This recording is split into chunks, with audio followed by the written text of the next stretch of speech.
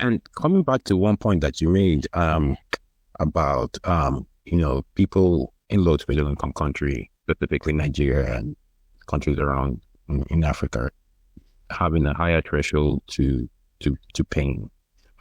Is it born of the fact that is it a true increased threshold to pain, or just the fact that folks are aware that or are not aware of what can be used to control pain? Specifically speaking about women giving birth and during labor. Because I can tell you, and maybe you've experienced this too.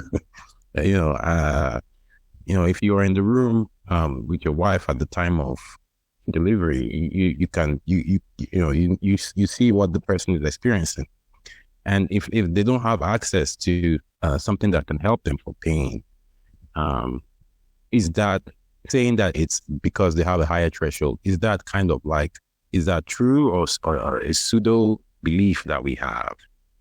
So it's multifactorial. In life, everything is all about the environment that you live, and I tell people that I use sometimes my kids to be like an example. They don't believe that you have to eat every 4 hours. You have to eat something. But we're born and raised like that because, you barely get your meal and that's it. But if you know and anticipate that this thing is available, then, your expectations are a lot higher. So it's not that they have a higher pain threshold, but it's just that whole idea that there's nothing we can do about this. And, we just have to, write it out, And then they have also employed what we call the psychotherapy aspect of it. You already have been prepped. Your aunties have told you what's going to happen. Your mom has, given you, pep talk.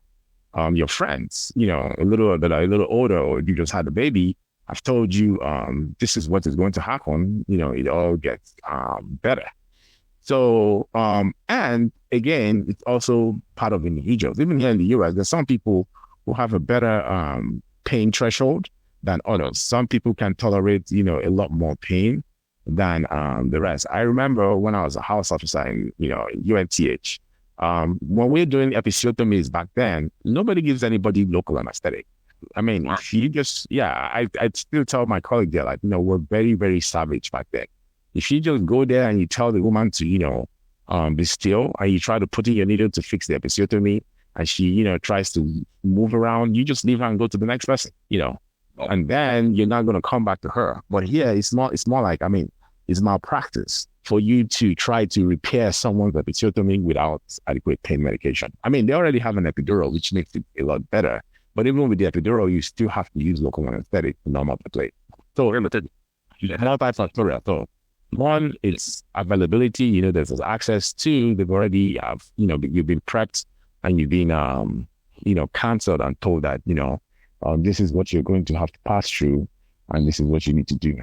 Yeah, there's a study that I looked up yesterday, and I was looking at it, and it shows that women that get epidural or have good pain management during delivery tend to be less prone to postpartum depression and baby blues and psychosis. But given that you can only work with what you have, I think it's something to have in mind for those supporting them and the men around the house to take into consideration that there is a chance that even though people are mostly prepared for this, knowing that this is the situation and that they are at higher risk of something that we do not see physically, which is postpartum depression and psychosis and blues. Yeah, but again, I'm sure that study was done over here, because they don't. One of the downsides of here is that people don't have good support network. Back home in Nigeria, when a woman is pregnant, you expect that at least your mother is there, or your mother-in-law is coming, or your sister-in-law is coming. So there's a lot of people. You have a lot of help. Trying